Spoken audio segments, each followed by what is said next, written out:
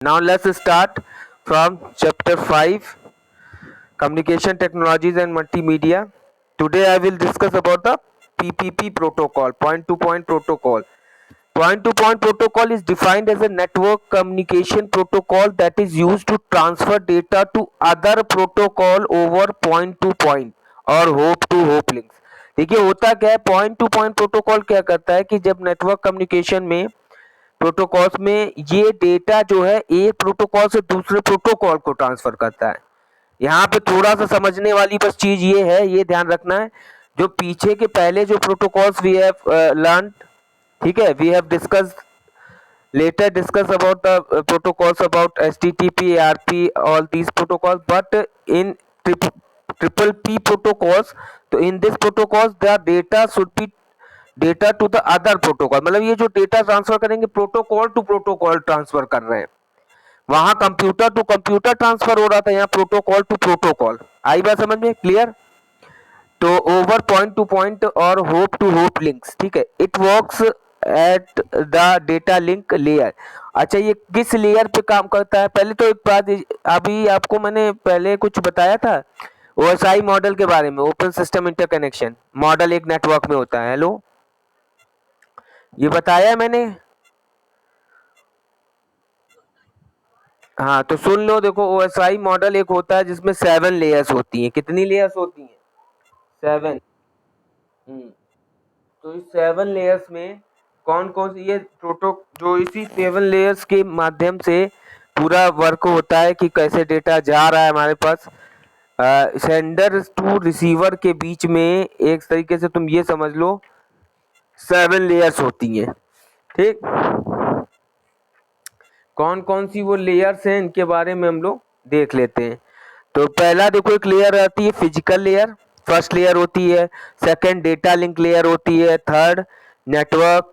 Fourth transport layer. Fifth session layer. Six presentation layer and 7 application layer.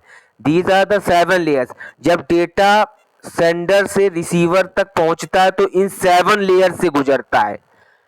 अभी तक देखो मैं आपको जितना पढ़ा रहा था, थोड़ा सा भी हम लोग डीपली आएंगे, समझना बात को। जो डेटा सेंडर टू रिसीवर या क्लाइंट टू सर्वर जाता है वो किसके थ्रू जाता है? इन्हीं 7 लेयर्स के थ्रू जाता है, ठीक है।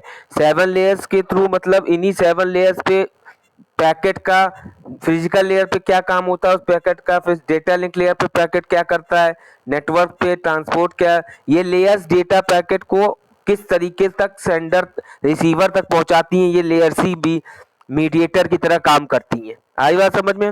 ये ओल्ड ओएसआई मॉडल है। अभी हम लोग के पास टीसीपी/आईपी मॉडल चल रहा है प्रेजेंट सिनेरियो में, जो अभी मैंने बताया ना टीसीपी/आईपी प्रोटोकॉल, तो उस पर मॉडल भी बना है टीसीपी/आईपी मॉडल। तो इसमें क्या किया है कि जो पहला फिजिकल और डेटा लिंक लेयर है, इन दोनों को कंबाइन करके एक नेटवर्क एक्सेस लेयर बना दिया है, ठीक है। नेटवर्क को इंटरनेट लेयर कहा गया है इसमें टीसीपी/आईपी मॉडल में। ट्रांसपोर्ट लेयर को ट्रांसपोर्ट ही रखा है, बाकी सेशन, प्रेजेंटेशन और एप्लीकेशन मिला के इसको एप्लीकेशन लेयर कर दिया गया। समझ में आई बात? Hello, clear? तो अभी जब कभी स्कूल खुलेगा तो इन लेयर्स की वर्किंग बता दूंगा मैं, क्योंकि ये काफी बड़ा है, अभी मैं इसमें उसको बताने लगूंगा टाइम हो जाएगा। अभी आप इतना बस जानिए कि कोई भी डेटा जब सेंडर टू रिसीवर जाता है नेटवर्क लाइन पर, तो इन 7 लेयर्स का काम होता है, यही 7 लेयर्स के थ्रू वो पहुंच पाता है डेटा रिसीवर तक। मतलब ये 7 लेयर्स का हर एक लेयर का अलग अलग रोल है। फिजिकल लेयर पर क्या होता है कि जो डेटा होता है वो बिट स्ट्रीम्स में होता है, तो वो यहाँ पर फिजिकल लेयर पर उस पर काम चलता है। पर जब उसको आगे भेजा जाता है डेटा लिंक लेयर पर, तो डेटा लिंक लेयर पर क्या करता है कि वो प्रोटो इतना मतलब जो डेटा है उसमें चेकिंग होती है, कई कई मेथड्स अप्लाई होते हैं, जैसे सीआरसी साइक्लिक रिडंडेंसी चेक, ठीक है, सीएसएमए सीडी चेक होता है, कोलिजन डिटेक्शन ना हो तो वो, ये सब बहुत सारी चीजें उसमें अभी टाइम मिलेगा। और कुछ प्रोटोकॉल्स काम करते हैं, हर लेयर पर कोई ना कोई प्रोटोकॉल्स काम करते हैं और ये प्रोटोकॉल्स की मदद से फिर डेटा पहुंच पाता है, ठीक है। तो यहाँ पर वही ये कह रहा है it works at data link layer, तो यहाँ पे ये जो प्रोटोकॉल है डेटा लिंक लेयर पर काम करता है। Of the network communication layer which uses physical media. और किसका फिजिकल मीडिया का यूज करते हैं, जैसे इथरनेट केबल्स। इथरनेट केबल्स मतलब वही वायर्ड मीडिया की बात अगर कर रहे हैं तो to transfer data from one point to another, एक पॉइंट से दूसरे पॉइंट तक पहुंचाते हैं until the data reaches its, जैसे तब तक पहुंचाते हैं जब तक डेटा डेस्टिनेशन तक नहीं पहुंच पाता। It is also the duty of PPP to encapsulate the data containing these upper level protocols, ठीक है, upper level protocols, एक मिनट कहाँ गए, हाँ, upper level protocols and break into small packets called fragments at this layers, ठीक है।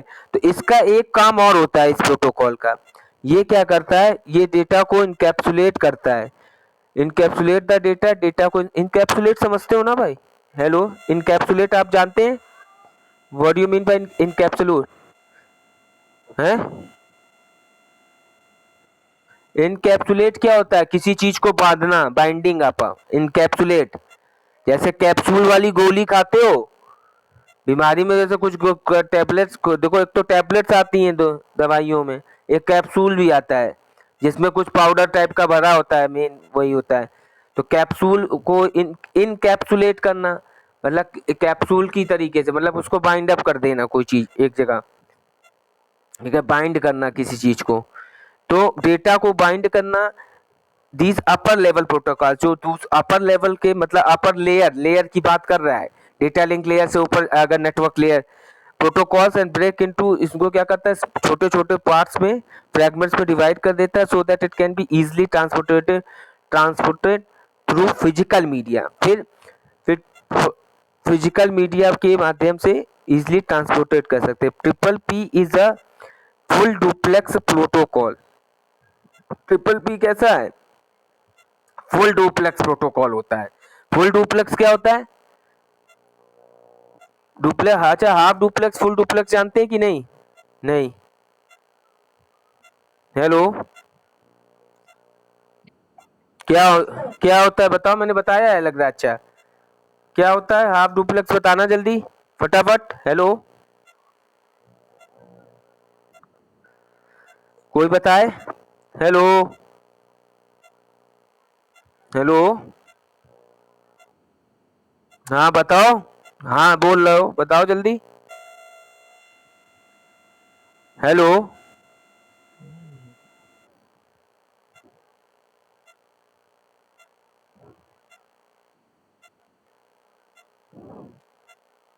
Hello,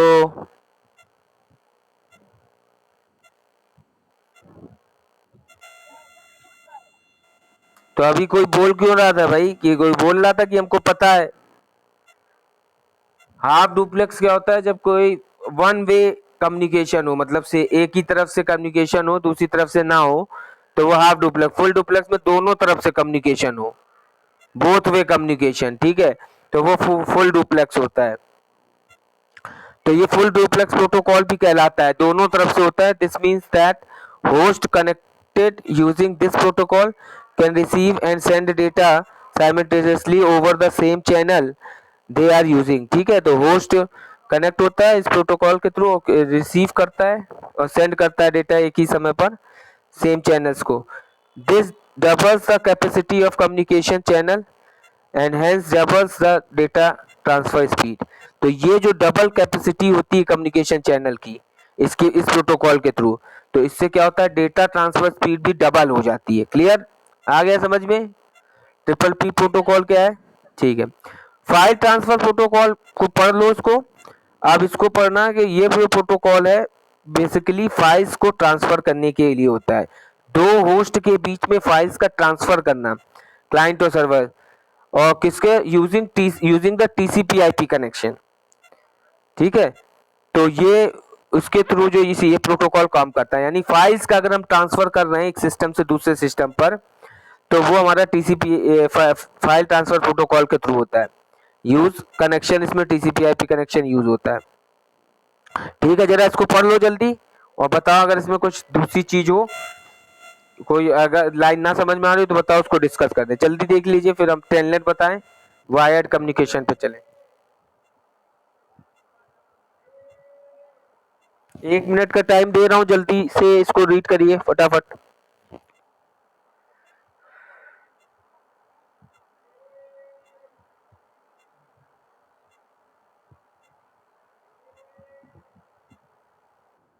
हाँ बताओ।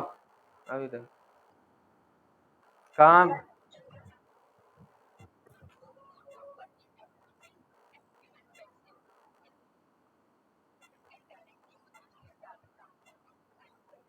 हम्म। हम्म।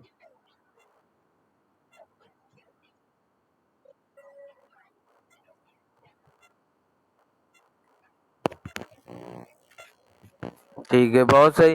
तो कुछ नहीं है इसमें, क्या क्या रहा है देखिए। दो फाइल ट्रांसफर प्रोटोकॉल के दो मोड्स होते हैं, एक एक्टिव होता है एक पैसिव। क्या कह रहे हैं? In the active mode a server can directly initiate data transfer on clients control control command. Active mode में क्या होगा कि जो सर्वर होगा डायरेक्टली इनिशिएट हो जाएगा डेटा ट्रांसफर करने के लिए क्लाइंट को। भाई मतलब अगर हमने कोई फाइल ट्रांसफर की है तो क्या होगा, जैसे तुमने ट्रांसफर कर रहे हो किसी को तो तुम सर्वर हो गए, दूसरे को ट्रांसफर कर रहे हो यानी तुम एक्टिव मोड में हो, तो तुमने ट्रांसफर किया तो क्लाइंट पर वो डेटा इनिशिएट होगा, जल्दी से पहुंचेगा। In the passive mode once the server gets the control command from the client. Passive mode में क्या होगा कि ये क्लाइंट की तरफ से, मान लो कि क्लाइंट भेज रहा है सर्वर को, समझना थोड़ा। ठीक है, एक होता है रिक्वेस्ट, एक रिस्पॉन्स। क्लाइंट रिक्वेस्ट करता है, सर्वर सर्वर रिस्पॉन्स करता है। ठीक है, तो वही कह रहे हैं, जब server gets control command from the client it again sends a control command to the client to confirm the action of data transfer. कि मतलब अगर क्लाइंट ने भेजा तो क्लाइंट फिर वहां पर एक्टिव मोड में हो जाएगा और ये पैसिव मोड में हो जाएंगे। ठीक है, और एक्शन वो परफॉर्म करेगा, कंफर्म करेगा डेटा ट्रांसफर का। This is so because in the passive mode the client initiates all connection. Passive mode में सारा कनेक्शन क्लाइंट्स के थ्रू होगा। आई बात समझ में? हेलो। ये क्लियर? आगे बढ़े। अब टेलनेट को समझो, टेलनेट को थोड़ा शॉर्ट में समझा रहा हूँ, जल्दी से उसको पढ़ लेना, अगर कोई अंतर लगे तो बताना तुरंत। 1 मिनट के अंदर पढ़ना, पहले समझ लो क्या टेलनेट प्रोटोकॉल होता है। बेसिकली ये प्रोटोकॉल कहलाता है, इसका एक और नाम भी है remote desktop protocol, RDP protocol. Telnet protocol कहता है हम लोग किसी के सिस्टम को रिमोटली एक्सेस करना। रिमोटली एक्सेस करने का क्या मतलब है? जैसे तुम कानपुर में बैठे हो, अपने सिस्टम पे काम कर रहे हो, और मुंबई में तुम्हारा कोई दोस्त बैठा है और उसने तुम्हें कॉल की कि अरे यार भाई मेरे सिस्टम में कोई दिक्कत है, जरा इसको सही कर दो। तो तुम बोलोगे कैसे? अब तुम कानपुर से मुंबई तुरंत तो नहीं पहुंच जाओगे, है कि नहीं? हेलो। यार तुरंत तो स्पॉन्टेनियस पहुंच नहीं जाएंगे, तो वो कहेगा कि चलो ऐसा करते हैं यार, चलो तुम्हारा सिस्टम में रिमोट पे ले लेता हूँ। रिमोट पे लेने का मतलब उसके सिस्टम को एक्सेस करना, कहने का मतलब है तुम अपने सिस्टम पे काम कर रहे हो बट उसका डेस्कटॉप तुमको दिख रहा है। आई बात समझ में? क्लियर? तो ये जो कनेक्शन स्टेब्लिश होता है ये इसी प्रोटोकॉल के थ्रू होता है। अगर टेलनेट प्रोटोकॉल नहीं है तो आप किसी के सिस्टम को रिमोटली एक्सेस नहीं कर सकते हो। ये क्या प्रोवाइड कराता है? ये कहता है कि चलो ठीक है, अब इसके लिए एक सॉफ्टवेयर इंस्टॉल करते हैं। अगर आपने नाम सुना हो कि नहीं सुना होगा बहुतों ने, टीम व्यूवर का नाम सुना है? Team viewer software, team viewer. Hello. ये एक सॉफ्टवेयर होता है, ये दोनों के सिस्टम में इंस्टॉल किया जाता है। फिर वो उसको उसको क्लिक करो तो वहां से वो लॉगिन पासवर्ड आईडी तुमको भी एक मिलेगा, वो तुमको लॉगिन आईडी पासवर्ड बताएगा। तो फिर तुम अपने सिस्टम पे जैसे ही डालोगे तो उसका सिस्टम तुम्हारे पे एक्सेस होने लगेगा। एक्सेस होने का मतलब वो एकदम चुपचाप बैठा रहेगा, बस उसका डेस्कटॉप तुम्हारे पास आ जाएगा, सारा वर्किंग तुम ही करोगे, मतलब जाके उसकी सेटिंग कर सकते हो कहाँ गड़बड़ी है क्या नहीं है। इसको कहते हैं, ये प्रोटोकॉल यही काम करता है। ठीक है, इसको रिमोट लॉगिन भी कहते हैं। इसका दूसरा नाम है RDP protocol, remote desktop protocol. आ गया समझ में? हेलो। हाँ।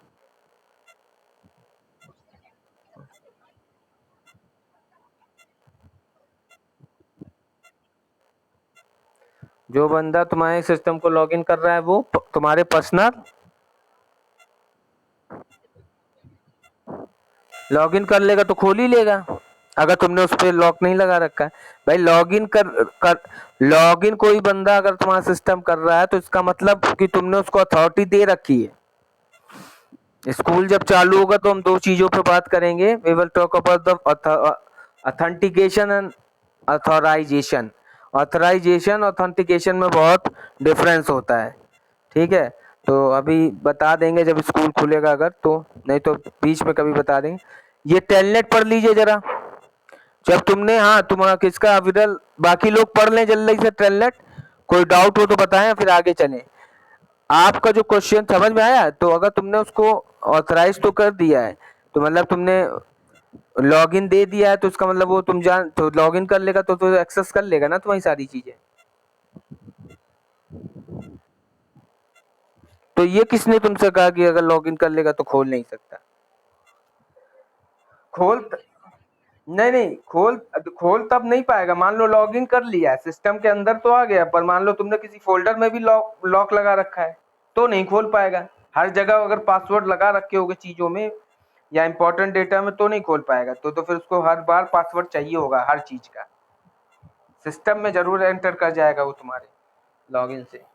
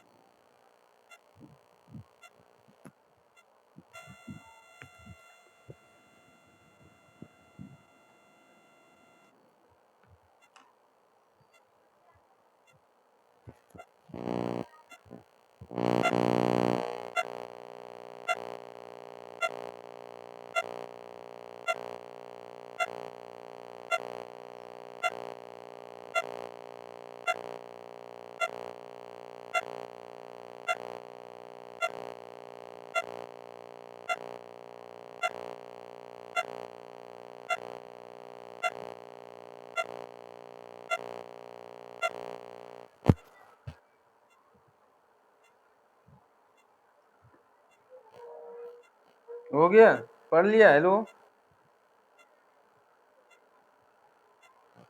वो जो मैंने बताया वही चीज मिला होगा इसमें, कुछ अलग तो नहीं मिला? ठीक है, चलिए। वायर्ड कम्युनिकेशन देखिए, किसी का कोई डाउट यहाँ तक? प्रोटोकॉल्स खत्म हो गए। ये कुछ जो इंपॉर्टेंट प्रोटोकॉल्स हमने पढ़े, टीसीपी/आईपी, HTTP, ARP, triple P, FTP और टेलनेट। ये याद रखिएगा, इंपॉर्टेंट है, क्वेश्चंस इसमें से आते हैं। और ये अभी नेक्स्ट ईयर आपके 10th क्लास के लिए बहुत इंपॉर्टेंट है। तो हाँ, इन प्रोटोकॉल को हमेशा याद रखना। अभी भी एग्जाम एग्जाम वगैरह में एग्जाम वगैरह में भी हम ये सब दे सकते हैं इसमें से, इसलिए इसको अच्छे से, ये चैप्टर इसीलिए हम कायदे से पढ़ा रहे हैं क्योंकि इसको ब्रॉड वे में आप 10th क्लास में पढ़ेंगे। दो चैप्टर आपके नेटवर्किंग के ही हैं केवल, इसीलिए। ठीक है, तो इस चैप्टर को काफी अच्छे से पढ़िएगा। हाँ बोलो पीयूष।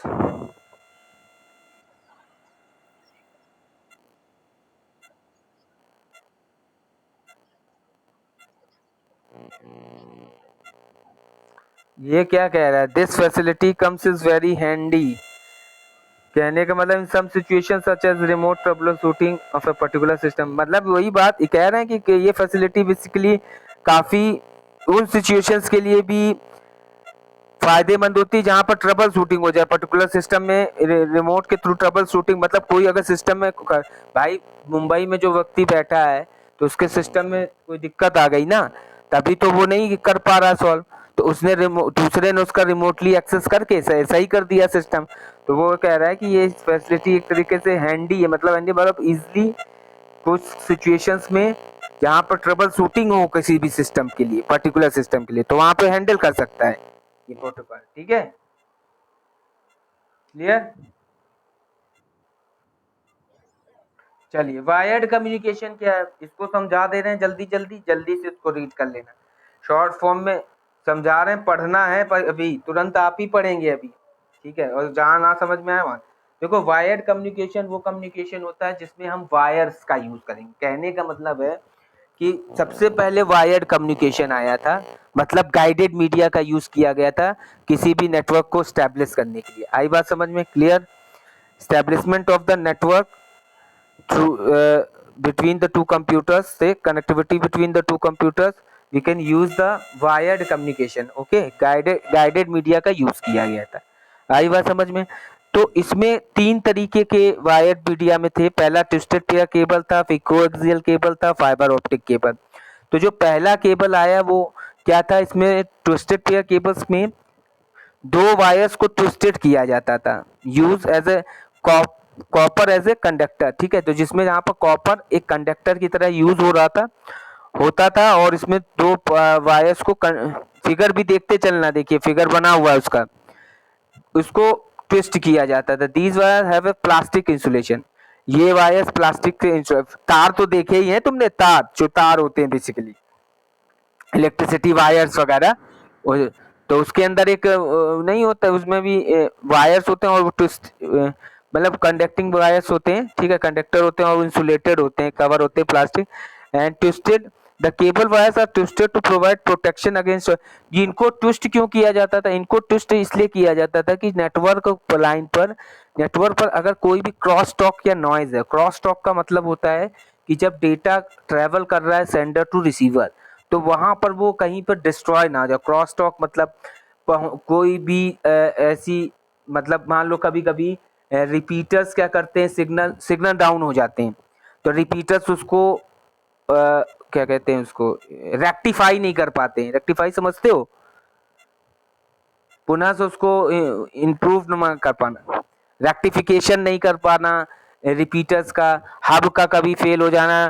ठीक है, राउटर्स हैं वो कभी कभी डाउन हो जाए, तो वो चीजें, इन चीजों को रोकने के लिए क्रॉस टॉक, ये क्रॉस टॉक होते हैं। नॉइज, नॉइज मतलब बहुत ज्यादा रस है नेटवर्क लाइन पर, तो वहां पर डेटा को, तो ये ट्विस्टेड करने से उनको प्रोटेक्ट करता है डेटा को। ठीक है, the twisted pair cable is दो टाइप के होते हैं, एक सील्डेड पेयर होता है, एक अनसील्डेड। सील्डेड पेयर का मतलब वो सील्ड होगी, उसमें सील्ड लगी होगी, और अनसील्डेड मतलब अनसील्डेड ट्विस्टेड पेयर सील्ड नहीं होगी। सही बात है। ठीक है, इसके बाद देखा गया तो इस क्रॉस टॉक और नॉइज तो दूर हो गए, फिर कोएक्सियल केबल का पर इससे डिस्टेंस ज्यादा दूर तक कवर नहीं हो पाती थी। जो डेटा ट्रांसफर होता था सेंडर टू रिसीवर वो कम डिस्टेंस के लिए था। फिर कोएक्सियल केबल का यूज किया गया। इसमें क्या हुआ, ये सिग्नल को high frequency ranges than twisted. तो देखो लिखा है coaxial cable can carry high signals of higher frequency ranges than twisted. ये इस केबल का जब यूज किया गया तो इसके थ्रू किया गया